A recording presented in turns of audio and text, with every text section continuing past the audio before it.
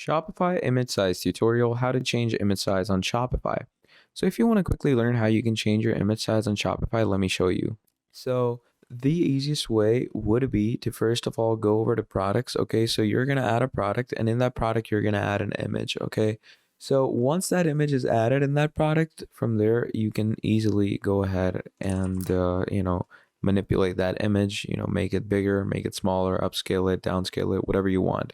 So let's say I have this image over here of let's say this product. I'm going to add it over here.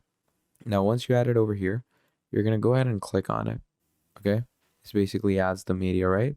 So once the media is added, you are going to make sure to save the necessary items, save everything. And once the product is saved, once the product is created, now as I stated, you're going to come here and it's going to be bringing you here. So once this is done, you're going to click on resize, and look at that. So you can actually resize the image. So if I do that, look at that, the width actually increases. Then the height, you can obviously unlock the aspect ratio and mess with it as much as you want. So look at that. That is how you can change the image size however you want.